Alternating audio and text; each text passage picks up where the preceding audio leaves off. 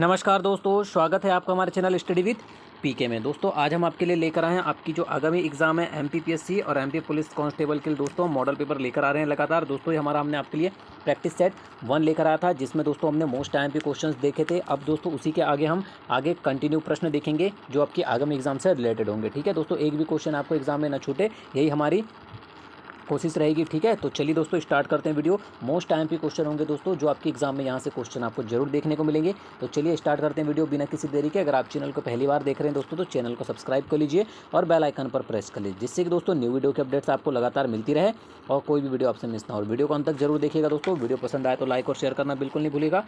सभी क्वेश्चन दोस्तों इंपॉर्टेंट होंगे, एग्जाम में आए हुए क्वेश्चन है और आपके आगामी एग्जाम के लिए मोस्ट आईएमपी क्वेश्चन है। ठीक है, चलिए पहला प्रश्न है दोस्तों आज का कि मध्य प्रदेश राज्य उद्योग निगम की स्थापना कब की गई थी।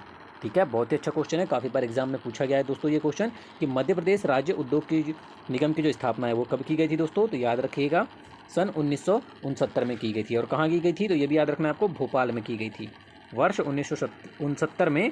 ठीक है, 1969 में भोपाल में की गई थी मध्य प्रदेश राज्य उद्योग निगम की स्थापना। ठीक है ना, याद रखिएगा। चलिए आगे बढ़ते हैं, देखते हैं नेक्स्ट क्वेश्चन क्या है। ये क्वेश्चन नंबर 52 है दोस्तों। आपको एग्जाम में अक्सर ऐसे क्वेश्चन पूछे जाते हैं, सुमेलित करना है आपको। ठीक है, यहाँ दिए गए हैं, सूची 1 में दिए हैं दोस्तों आपको द्राक्षा शर्करा, फल शर्करा, दुग्ध शर्करा, चीनी और स्टीविया। सेकंड नंबर इधर साइड दी गई सूची 2 में दोस्तों फ्रक्टोज, सुक्रोज, प्राकृतिक स्वीटनर, ग्लूकोज या लैक्टोज। ठीक है दोस्तों, आपको यहाँ पर इसको सुमेलित करना है। ठीक है, आपको ऑप्शन दिए गए हैं यहाँ पर, देखिए ABCD। ठीक है, यहाँ से आपको बताना है कि कौन सा किससे सुमेलित होगा। ठीक है, तो देखिए दोस्तों, तो द्राक्षा शर्करा है। ठीक है, ये किससे हो जाएगा, ग्लूकोज। ठीक है, तो ये हो जाएगा आपका A4। ठीक है ना, क्या हो जाएगा, A4 हो जाएगा। ठीक है, हम यहाँ पर ऑप्शन भी देखते हुए चलते हैं, A4। अब दूसरा जो है दोस्तों फल शर्करा, ठीक है, ये किससे संबंधित है, ये हो जाएगा दोस्तों आपका फ्रक्टोज से। ठीक है, द्राक्षा शर्करा जो है दोस्तों ये आपकी हो गई किससे, ग्लूकोज से हो गई। ठीक है ना, मतलब ये हो गया आपका A, ये हो गया आपका फल शर्करा जो है वो फ्रक्टोज यानी B। अब है दोस्तों आपका दुग्ध शर्करा। ठीक है, दुग्ध शर्करा जो है दोस्तों ये हो जाएगी आपकी लैक्टोज। ठीक है, किससे संबंधित है ये, लैक्टोज। चीनी में, चीनी सभी को पता है दोस्तों, ये हो जाएगा आपका सुक्रोज, तो ये हो जाएगा आपका D। और जो स्टीविया है दोस्तों, ठीक है ना, ये हो जाएगा आपके प्राकृतिक स्वीटनर। ठीक है, जो स्टीविया होता है वो प्राकृतिक स्वीटनर होता है। ठीक है दोस्तों, फल शर्करा में होता है फ्रक्टोज, दुग्ध शर्करा लैक्टोज, चीनी सुक्रोज, स्टीविया प्राकृतिक स्टीविनर। ठीक है, तो ऑप्शन नंबर कौन सा हो जाएगा दोस्तों आपका, देखिए A का क्या आ रहा है आपका 4। ठीक है, तो A का 4 कहाँ दिया हुआ है दोस्तों, यहाँ पर देखिए ऑप्शन में A का 4 दोस्तों आपको ऑप्शन नंबर C में मिल रहा है, मतलब आपका यही आंसर हो जाएगा। ठीक है, याद रखिएगा, बाकी भी आपके मिल जाएंगे। चलिए आगे बढ़ते हैं।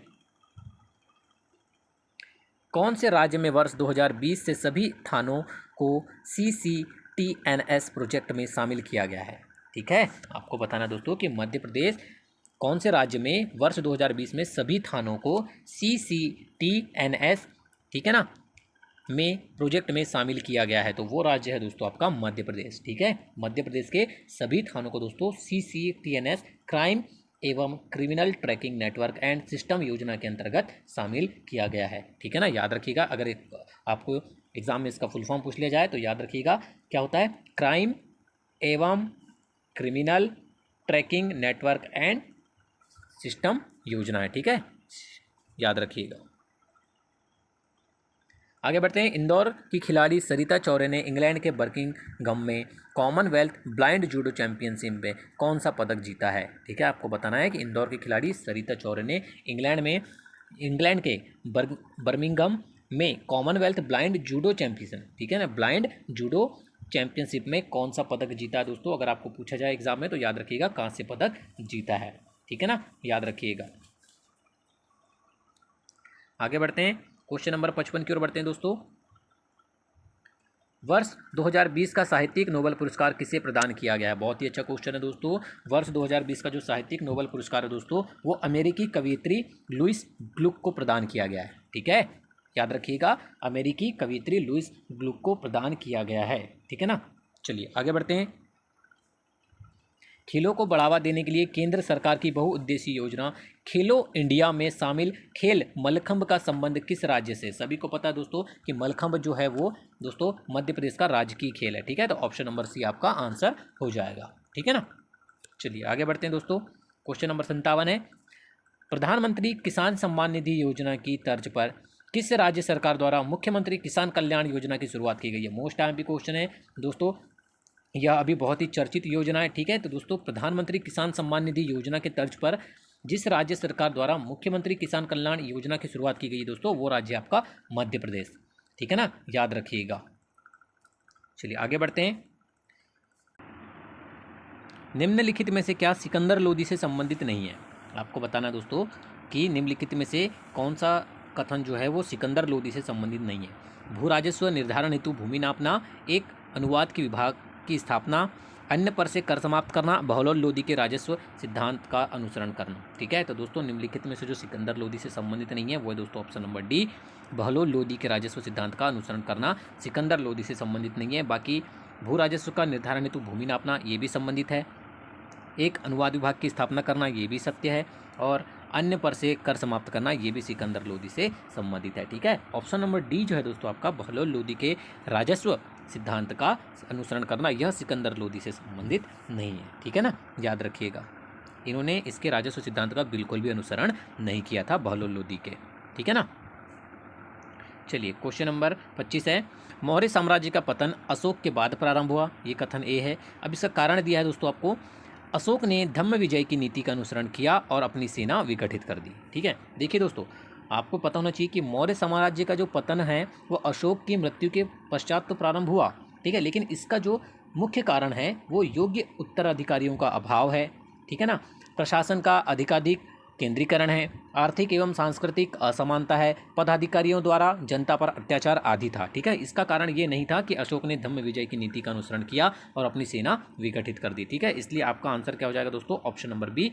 ए तथा आर दोनों तो सही हैं, किंतु आर जो है वो ए की सही व्याख्या नहीं करता है। अर्थात मौर्य साम्राज्य का पतन अशोक की मृत्यु के पश्चात आरंभ हुआ, लेकिन इसका जो मुख्य कारण है वो जो आपको यहाँ दिया गया है वो नहीं है कि अशोक ने धम्म विजय की नीति का अनुसरण किया और अपनी सेना विघटित कर दी। ठीक है, यह इसका मुख्य कारण नहीं है। तो ऑप्शन नंबर बी आपका आंसर हो जाएगा दोस्तों, ए तथा आर दोनों सही हैं, किंतु आर जो है वो ए की सही व्याख्या नहीं करता है। ठीक है ना, चलिए आगे बढ़ते हैं।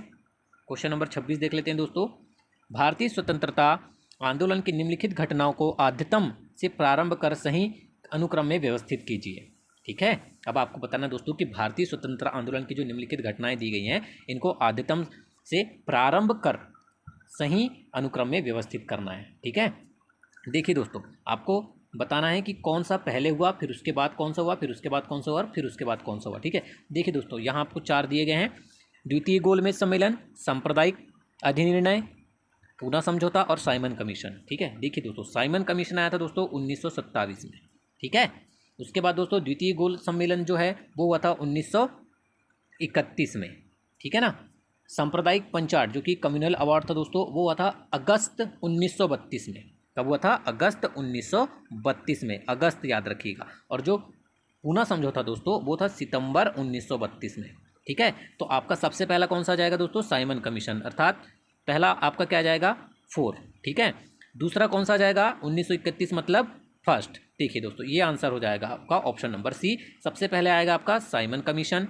ठीक है, उसके बाद आएगा दोस्तों आपका क्या, द्वितीय गोलमेज सम्मेलन, उसके बाद आएगा सांप्रदायिक अधिनिर्णय और उसके बाद आएगा पूना समझौता। ठीक है, तो आपका जो क्रम होगा वो होगा दोस्तों 4, 1, 2, 3। ठीक है, ऑप्शन नंबर सी आपका आंसर हो जाएगा। ठीक है, आगे बढ़ते हैं। वह दक्षिण भारतीय राज्य जो अपने नौसैनिक शक्ति हेतु प्रसिद्ध था। आपको बताना दोस्तों कि वह दक्षिण भारतीय राज्य कौन सा है जो अपने नौसैनिक शक्ति नोबल पावर के लिए प्रसिद्ध था। ठीक है, तो वो दक्षिण भारतीय राज्य है दोस्तों, याद रखिएगा एग्जाम में अगर पूछा जाएगा तो चोल। ठीक है, दक्षिण भारत के इतिहास में चोल साम्राज्य अपनी नौसैनिक शक्ति के लिए सर्वप्रसिद्ध था। ठीक है ना, याद रखिएगा। तो ऑप्शन नंबर बी आपका आंसर हो जाएगा। नेक्स्ट क्वेश्चन 28, राज्यसभा में राज्यों को स्थान किस प्रकार दिए गए हैं। ठीक है, राज्यसभा में राज्यों को स्थान किस प्रकार दिए गए हैं, उनकी जनसंख्या के अनुसार, समान रूप से, जनसंख्या और आर्थिक स्थिति के आधार पर या वर्तमान आर्थिक स्थिति के आधार पर। दोस्तों राज्यसभा में जो राज्यों को स्थान प्रदान किए गए हैं ना, स्थान किस प्रकार दिए गए हैं याद रखिएगा, ये दिए गए हैं उनकी जनसंख्या के अनुसार, ठीक है ना। राज्यसभा में राज्यों को स्थान उनकी जनसंख्या के अनुपात में प्रदान किया जाता है, ठीक है ना, याद रखिएगा। ऑप्शन नंबर ये आपका आंसर हो जाएगा, अगर आपको एग्जाम में पूछा जाता है तो आपको पता होना चाहिए। आगे बढ़ते हैं 29 नंबर क्वेश्चन की ओर बढ़ते हैं दोस्तों धीरे धीरे, ठीक है। 29 नंबर क्वेश्चन है आपके सामने, भारत में स्टॉक एक्सचेंज के कार्यकलाप की निगरानी कौन सी संस्था करती है। मोस्ट एमपी क्वेश्चन है, आपको पता होना चाहिए दोस्तों कि भारत में स्टॉक एक्सचेंज का जो कार्यकलाप होता है, क्रियाकलाप जो होता है, इसकी निगरानी कौन सी संस्था रखती है दोस्तों। दी मोस्ट एमपी क्वेश्चन है, याद रखिएगा सेबी, ठीक है। भारत में स्टॉक एक्सचेंज के कार्यकलापों की जो निगरानी है वो सेबी, याद रखिएगा। अगर आपको एग्जाम में पूछ लिया जाए इसका फुल फॉर्म भी पूछ लिया जाता है, याद रखिएगा, security and exchange board of India, security and exchange board of India, SEBI इसकी निगरानी रखती है, ठीक है। और दोस्तों अगर इसकी स्थापना आपको पूछ ली जाए, सेबी की स्थापना भी एग्जाम में पूछ ली जाती है, तो याद रखिएगा 12 अप्रैल, ठीक है ना, 12 अप्रैल 1988 को इसकी स्थापना की गई थी, ठीक है, इस संस्था की स्थापना, ठीक है ना। चलिए आगे बढ़ते हैं दोस्तों।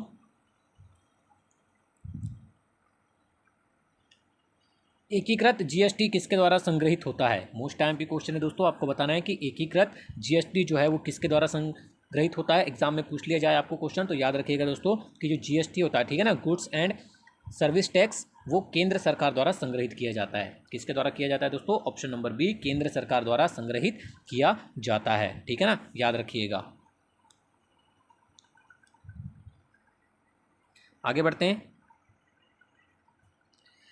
भारत में संसदीय प्रणाली की सरकार है क्योंकि, ठीक है, आपको बताना दोस्तों, कारण बताना है कि भारत में जो है वो संसदीय प्रणाली की सरकार है। इसका जो कारण है आपको बताना दोस्तों, 4 ऑप्शन दिए गए हैं आपको, ABCD, ठीक है। दोस्तों भारत का संविधान जो है वो केंद्र और राज्य दोनों में सरकार के संसदीय स्वरूप की व्यवस्था करता है, ठीक है ना, याद रखिएगा कि भारत का जो संविधान है वो केंद्र और राज्य दोनों में सरकार के संसदीय रूप की व्यवस्था करता है। इसलिए आपका आंसर हो जाएगा ऑप्शन नंबर डी, मंत्रिपरिषद लोकसभा के प्रति उत्तरदायी है, इसलिए भारत में संसदीय प्रणाली की सरकार है, ठीक है ना, याद रखिएगा। तो ऑप्शन नंबर डी आपका आंसर हो जाएगा। आगे बढ़ते हैं 32 नंबर क्वेश्चन की ओर बढ़ते हैं दोस्तों, देखते हैं क्या है। भारत के क्वेश्चन नंबर 32 है आपका कि भारत के उच्चतम न्यायालय ने, ठीक है, भारत के उच्चतम न्यायालय ने जीवन के अधिकार के अर्थ को इस प्रकार व्यापक बनाया है कि इसमें निम्नलिखित व्युत्पन्न अधिकार शामिल है। निम्नलिखित में से कौन सा एक न्यायालय की परिभाषा में शामिल नहीं है। 4 ऑप्शन दिए गए हैं दोस्तों, आपको बताना है कि कौन सा है जो न्यायालय की परिभाषा में शामिल नहीं है। वो है दोस्तों आपका ऑप्शन नंबर डी, स्वास्थ्य एवं सूचना का अधिकार, ठीक है। संविधान का अनुच्छेद 21 दैहिक एवं प्राण स्वतंत्रता की बात करता है दोस्तों, जिसमें जीवन के अधिकार भी सम्मिलित है। स्वास्थ्य एवं सूचना का अधिकार जो है दोस्तों निश्चित तौर पर मौलिक अधिकारों के अंतर्गत नहीं आता है, ठीक है, लेकिन इसे जीवन के अधिकार में शामिल नहीं किया जा सकता, ठीक है। तो ऑप्शन नंबर डी आपका आंसर हो जाएगा। आगे बढ़ते हैं। विश्व की सबसे बड़ी प्रवाल भित्ति निम्नलिखित देशों में से किस एक के तट के निकट पाई जाती है, ठीक है, आपको बताना है कि विश्व की सबसे बड़ी प्रवाल भित्ति जो है दोस्तों, ठीक है ना, वो देशों निम्नलिखित किन देशों में से किसी एक के तट के निकट पाई जाती है। वो देश कौन सा है दोस्तों, याद रखिएगा, वो है आपका ऑस्ट्रेलिया, ठीक है। विश्व की सबसे बड़ी प्रवाल भित्ति ग्रेट बैरियर रीफ, ठीक है, ग्रेट बैरियर रीफ जो है दोस्तों वो ऑस्ट्रेलिया के उत्तरी पूर्वी तट पर कोरल सागर में स्थित है, ठीक है। कहाँ पर स्थित है, कोरल सागर में स्थित है, तो याद रखिएगा ऑस्ट्रेलिया आपका आंसर हो जाएगा। निम्नलिखित भारतीय राज्यों में से किस एक का कुल वन क्षेत्र न्यूनतम है, ठीक है, आपको बताना है कि निम्नलिखित भारतीय राज्यों में से किस एक का कुल वन क्षेत्र है दोस्तों वो न्यूनतम है। वो राज्य है दोस्तों आपका हरियाणा, ठीक है ना, याद रखिएगा भारतीय राज्यों में जो हरियाणा है उस राज्य का कुल वन क्षेत्र न्यूनतम है, ठीक है, याद रखिएगा। ऑप्शन नंबर सी आपका आंसर हो जाएगा, हरियाणा। चलिए आगे बढ़ते हैं दोस्तों, क्वेश्चन नंबर 35 देख लेते हैं। भारत के संविधान में 5वीं अनुसूची और 6ठी अनुसूची के उपलब्ध निम्नलिखित में से किस लिए किए गए हैं, ठीक है, आपको बताना है दोस्तों कि भारतीय संविधान में 5वीं अनुसूची और 6ठी अनुसूची के उपबंध निम्नलिखित में से किस लिए किए गए हैं। आपको 5वीं और 6ठी अनुसूची के जो उपबंध है दोस्तों आपको बताना है किस लिए हैं, ठीक है। आपके ऑप्शन है अनुसूचित जनजातियों के हितों के संरक्षण के लिए, राज्यों के बीच सीमाओं के निर्धारण के लिए, पंचायतों की शक्तियों, प्राधिकारों और उत्तरदायित्वों के निर्धारण के लिए, या सभी समावर्ती राज्यों के हितों के संरक्षण के लिए सॉरी। ठीक है, तो ये है दोस्तों आपका ऑप्शन नंबर ए आंसर आ जाएगा 35 का। ठीक है, अनुसूचित जाति और अनुसूचित जनजातियों के हितों के संरक्षण के लिए जो है दोस्तों भारतीय संविधान के 5वीं अनुसूची और 6वीं अनुसूची के उपबंध लिए गए हैं। ठीक है ना, याद रखिएगा। तो ऑप्शन नंबर ए आपका आंसर हो जाएगा।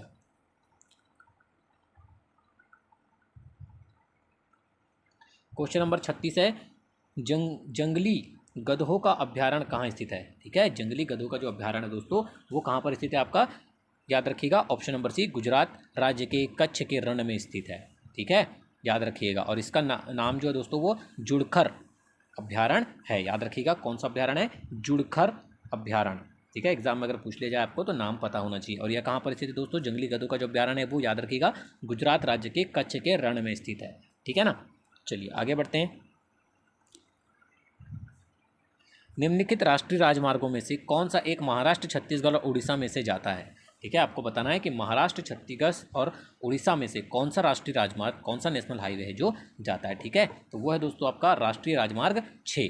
ठीक है, जो कि संबलपुर उड़ीसा, रायपुर छत्तीसगढ़ और नागपुर महाराष्ट्र से होकर जाता है। ठीक है ना, याद रखिएगा ऑप्शन नंबर सी आपका आंसर हो जाएगा, महाराष्ट्र, छत्तीसगढ़ और उड़ीसा से होकर जाता है NH6। ठीक है, नेशनल हाईवे 6, राष्ट्रीय राजमार्ग 6। आगे बढ़ते हैं 38 नंबर क्वेश्चन की ओर। निम्नलिखित में से कौन भारत के संविधान का अभिरक्षक है। सभी को पता है दोस्तों कि भारतीय संविधान का जो, ठीक है ना, भारतीय संविधान का जो अभिरक्षक होता है वो होता है दोस्तों भारत का उच्चतम न्यायालय। ऑप्शन नंबर डी आपका आंसर हो जाएगा, भारत का उच्चतम न्यायालय। ठीक है ना, भारतीय संविधान का अभिरक्षक होता है। ठीक है ना, याद रखिएगा ऑप्शन नंबर डी आपका आंसर हो जाएगा। एग्जाम में अक्सर पूछ लिया जाता है दोस्तों ये क्वेश्चन। क्वेश्चन नंबर 39 देखते हैं, मध्य प्रदेश में सबसे पहले चीनी मिल कहाँ पर स्थापित की गई थी। ठीक है, आपको बताना है कि मध्य प्रदेश में सर्वप्रथम चीनी मिल जो है कहाँ पर स्थापित की गई थी दोस्तों, जावरा में। ठीक है ना, याद रखिएगा मध्य प्रदेश में सबसे पहली चीनी मिल वर्ष 1934 में जावरा, जो कि रतलाम में स्थापित किया गया है। ठीक है, याद रखिएगा कहाँ पर की गई थी, जावरा में। और कब की गई थी, तो 1934 में। ठीक है ना, याद रखिएगा। आगे बढ़ते हैं, भारत सरकार के मिशन इंद्रधनुष के अंतर्गत किस वर्ष तक पूर्ण टीकाकरण का लक्ष्य रखा गया है। ठीक है, आपको बताना दोस्तों कि भारत सरकार के मिशन इंद्रधनुष के अंतर्गत किस वर्ष तक पूर्ण टीकाकरण का लक्ष्य रखा गया है। दोस्तों एग्जाम में पूछ लिया जाता है ये क्वेश्चन, तो याद रखिएगा 2020 तक रखा गया था। ठीक है ना, इंद्रधनुष के अंतर्गत जो पूर्ण टीकाकरण का लक्ष्य रखा गया था वो 2020 तक रखा गया था। ठीक है ना, याद रखिएगा। आगे बढ़ते हैं, क्वेश्चन नंबर 41 है दोस्तों, शेरों के संरक्षण व संवर्धन के लिए भारत सरकार द्वारा 2020 में किस प्रोजेक्ट का शुभारंभ किया गया है। मोस्ट आईएमपी क्वेश्चन है, आपको एग्जाम में पूछा जाएगा तो आपको पता होना चाहिए दोस्तों। वो प्रोजेक्ट का नाम है दोस्तों प्रोजेक्ट लायन। ठीक है, याद रखिएगा शेरों के संरक्षण एवं संवर्धन के लिए भारत सरकार द्वारा 15 अगस्त 2020 ठीक है को 74वें स्वतंत्रता दिवस के अवसर पर प्रोजेक्ट लायन का शुभारंभ किया गया। ठीक है, ये भी आपको पता होना चाहिए कब किया गया।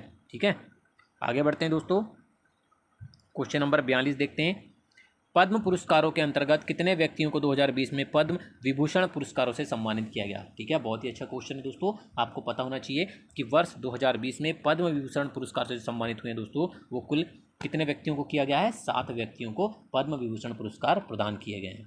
ठीक है ना, याद रखिएगा। चलिए आगे बढ़ते हैं। और दोस्तों अगर आपको पूछा जाए कि इन पुरस्कारों की जो शुरुआत है वो किस वर्ष में की गई थी, तो याद रखिएगा दोस्तों 1954 में की गई थी। ठीक है ना,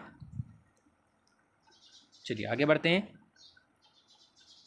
43 नंबर क्वेश्चन है दोस्तों, सितंबर 2019 में निरोगी काया अभियान का शुभारंभ मध्य प्रदेश में कहाँ किया गया था। मोस्ट आईएमपी क्वेश्चन है, सितंबर 2019 में निरोगी काया अभियान का जो शुभारंभ है दोस्तों वो मध्य प्रदेश के भोपाल से शुरू किया गया था। ठीक है ना, याद रखिएगा। आगे बढ़ते हैं, टेलनेट क्या है। ठीक है, 4 ऑप्शन दिए गए हैं दोस्तों, आपको बताना है कि टेलनेट क्या है। ठीक है, तो याद रखिएगा दोस्तों कि जो टेलनेट है वो रिमोट लॉग इन के लिए उपयोग किया जाता है। ठीक है ना, रिमोट लॉग इन के लिए प्रयोग किया जाता है दोस्तों। यह एक नेटवर्क प्रोटोकॉल है। ठीक है ना, जिसमें वर्चुअल कनेक्शन का प्रयोग करके द्विदिशीय टेक्स्ट ओरिएंटेड कम्युनिकेशन को लोकल एरिया नेटवर्क लैन पर प्रदान किया जाता है। ठीक है, आपको खाली याद रखना है कि रिमोट लॉगिन के लिए ये उपयोग किया जाता है। ठीक है, आगे बढ़ते हैं। वीडियो कॉन्फ्रेंसिंग में निम्न में से किसकी आवश्यकता होती है? बहुत ही अच्छा क्वेश्चन है दोस्तों। सभी को पता है कि वीडियो कॉन्फ्रेंसिंग के लिए देखिए वीडियो स्क्रीन की भी आवश्यकता होती है, माइक्रोफोन की भी आवश्यकता होती है और कैमरे की भी आवश्यकता होती है। इस सभी चीज़ों की आवश्यकता होती है आपको वीडियो कॉन्फ्रेंसिंग के लिए। तो ऑप्शन नंबर डी आपका आंसर हो जाएगा, ये सभी। आगे बढ़ते हैं दोस्तों, देखते हैं 46 नंबर क्वेश्चन क्या है आपका। सुविधा से उपयोगकर्ता अपने ड्राइवर द्वारा सिस्टम से जुड़ी डिवाइस को प्रदर्शित कर सकते हैं। ठीक है, किसकी सुविधा से दोस्तों? ठीक है, तो दोस्तों वो कर सकते हैं डिवाइस मैनेजर सुविधा से। ठीक है, डिवाइस मैनेजर सुविधा से उपयोगकर्ता जो है वो अपने ड्राइवर द्वारा सिस्टम से जुड़ी डिवाइस को प्रदर्शित कर सकते हैं। ठीक है, तो दोस्तों आपको पता होना चाहिए कि यह Microsoft Windows 95, 98, ME 2000, 2003, XP, Vista 7, 8 तथा 10 में उपलब्ध है। इन सभी में ये उपलब्ध है। ठीक है ना, डिवाइस मैनेजर। ठीक है ना, याद रखिएगा। 47 नंबर क्वेश्चन की ओर बढ़ते हैं। किस मोबाइल ऐप के द्वारा सरकारी सेवाओं के एक्सेस को प्राप्त किया जाता है? बहुत ही अच्छा क्वेश्चन है दोस्तों। आपको बताना है कि किस मोबाइल ऐप के द्वारा सरकारी सेवाओं के एक्सेस को प्राप्त किया जाता है। दोस्तों अगर एग्जाम में पूछ लिया जाए तो वो ऐप है दोस्तों आपकी उमंग। ठीक है, याद रखिएगा। उमंग एक मोबाइल एप्लीकेशन है जिसका प्रयोग स्मार्टफोन के माध्यम से सरकारी सेवाओं को एक्सेस प्राप्त करने के लिए किया जाता है। ठीक है ना, उमंग याद रखिएगा। ऐप का नाम मोस्ट टाइम पे क्वेश्चन हो सकता है आपके एग्जाम के लिए। ठीक है, चलिए आगे बढ़ते हैं दोस्तों, देखते हैं नेक्स्ट क्वेश्चन क्या है। 48 नंबर क्वेश्चन। निम्नलिखित में से कौन वर्ष 2020 में T20 क्रिकेट में 500 विकेट लेने वाला प्रथम गेंदबाज बना है? बहुत ही अच्छा क्वेश्चन है दोस्तों। आपको एग्जाम में पूछा जाएगा ये क्वेश्चन कि वह कौन है जो 2020 में T20 क्रिकेट में 500 विकेट लेने वाला प्रथम गेंदबाज बना है। तो बिल्कुल आपको आंसर लगा के आना दोस्तों डेविन ब्रावो पर। ठीक है, डेविन ब्रावो ने दोस्तों अगस्त 2020 में, ठीक है ना, अगस्त 2020 में T20 क्रिकेट में 500 विकेट पूरे किए हैं। ठीक है, जिसमें वो ऐसा कारनामा करने वाले दोस्तों विश्व के प्रथम गेंदबाज बन गए हैं। ठीक है, याद रखिएगा डेविन ब्रावो। किस इनपुट डिवाइस की सहायता से किसी वस्तुनिष्ठ प्रकार की प्रयोगात्मक परीक्षा की उत्तर पुस्तिका की जांच की जाती है? दोस्तों कई बार एग्जाम में पूछा जाता है, सभी को पता है कि OMR द्वारा किया जाता है। ठीक है, ऑप्टिकल मार्क रीडर एक इनपुट डिवाइस है जिसका प्रयोग किसी कागज पर बनाए गए चिन्हों को पहचानने के लिए किया जाता है। ठीक है, चलिए आगे बढ़ते हैं दोस्तों। जैविक ऑक्सीजन मांग BOD, ठीक है, जैविक ऑक्सीजन मांग BOD के संदर्भ में जल प्रदूषण से संबंधित स्थितियों पर विचार कीजिए। ठीक है दोस्तों, आपको यहाँ पर स्थितियाँ दी गई है। ठीक है, आपको बताना है कि इनमें से कौन सी सही है। ठीक है, 3 स्थितियाँ दी गई है दोस्तों, आपको पढ़ते हैं 3 स्थितियाँ कौन कौन सी है। ठीक है, जो कि BOD से संबंधित है।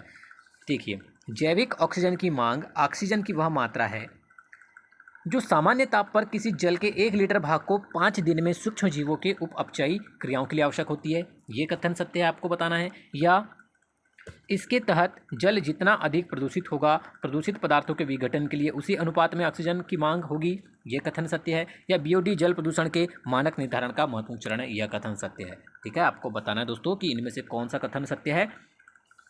ठीक है, आपको ऑप्शन दिए गए हैं केवल 1, केवल 2, ऑप्शन नंबर सी है 1 और 2, या ऑप्शन नंबर डी 1 और 3।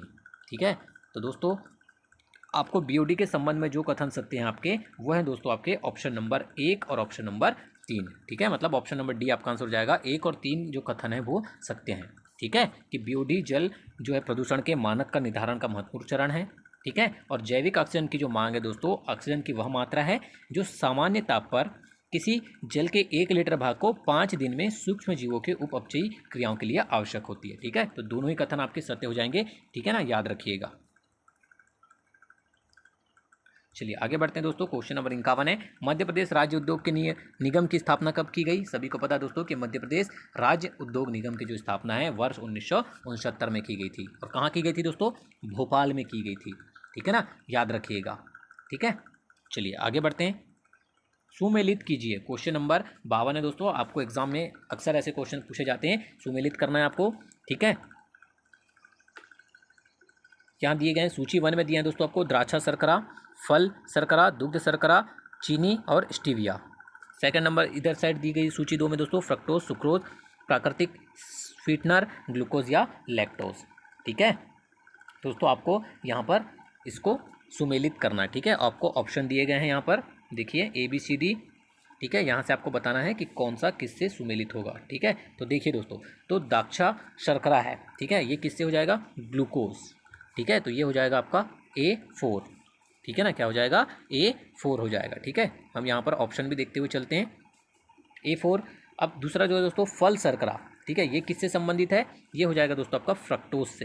ठीक है, द्राक्षा शर्करा जो है दोस्तों ये आपकी हो गई किससे, ग्लूकोज से हो गई। ठीक है ना, मतलब ये हो गया आपका A, ये हो गया आपका फल शर्करा जो है वो फ्रक्टोज यानी B। अब है दोस्तों आपका दुग्ध शर्करा, ठीक है, दुग्ध शर्करा जो है दोस्तों ये हो जाएगी आपकी लैक्टोस। ठीक है, किससे संबंधित है ये, लैक्टोस। चीनी में, चीनी सभी को पता है दोस्तों, ये हो जाएगा आपका सुक्रोज, तो ये हो जाएगा आपका D। और जो स्टीविया है दोस्तों, ठीक है ना, ये हो जाएगा आपके प्राकृतिक स्वीटनर। ठीक है, जो स्टीविया होता है वो प्राकृतिक स्वीटनर होता है। ठीक है दोस्तों, फल शर्करा में होता है फ्रक्टोज, दुग्ध शर्करा लैक्टोज, चीनी सुक्रोज, स्टीविया प्राकृतिक स्टीविनर। ठीक है, तो ऑप्शन नंबर कौन सा हो जाएगा दोस्तों आपका, देखिए A का क्या आ रहा है आपका 4। ठीक है, तो A का 4 कहाँ दिया हुआ है दोस्तों, यहाँ पर देखिए ऑप्शन में A का 4 दोस्तों आपको ऑप्शन नंबर C में मिल रहा है, मतलब आपका यही आंसर हो जाएगा। ठीक है, याद रखिएगा, बाकी भी आपके मिल जाएंगे। चलिए आगे बढ़ते हैं। कौन से राज्य में वर्ष 2020 से सभी थानों को CCTNS प्रोजेक्ट में शामिल किया गया है। ठीक है, आपको बताना दोस्तों कि मध्य प्रदेश कौन से राज्य में वर्ष 2020 में सभी थानों को CCTNS, ठीक है ना, में प्रोजेक्ट में शामिल किया गया है, तो वो राज्य है दोस्तों आपका मध्य प्रदेश। ठीक है, मध्य प्रदेश के सभी थानों को दोस्तों CCTNS क्राइम एवं criminal tracking network and system योजना के अंतर्गत शामिल किया गया है। ठीक है ना, याद रखिएगा, अगर आपको एग्जाम में इसका फुल फॉर्म पूछ लिया जाए तो याद रखिएगा क्या होता है, क्राइम एवं criminal tracking network and system योजना है। ठीक है, याद रखिएगा। आगे बढ़ते हैं। इंदौर की खिलाड़ी सरिता चौरे ने इंग्लैंड के बर्मिंघम में कॉमनवेल्थ ब्लाइंड जूडो चैंपियनशिप में कौन सा पदक जीता है। ठीक है, आपको बताना है कि इंदौर की खिलाड़ी सरिता चौरे ने इंग्लैंड के बर्मिंघम में कॉमनवेल्थ ब्लाइंड जूडो चैंपियनशिप, ठीक है ना, ब्लाइंड जूडो चैंपियनशिप में कौन सा पदक जीता है दोस्तों। अगर आपको पूछा जाए एग्जाम में तो याद रखिएगा कांस्य पदक जीता है। ठीक है ना, याद रखिएगा। आगे बढ़ते हैं, क्वेश्चन नंबर 55 की ओर बढ़ते हैं दोस्तों।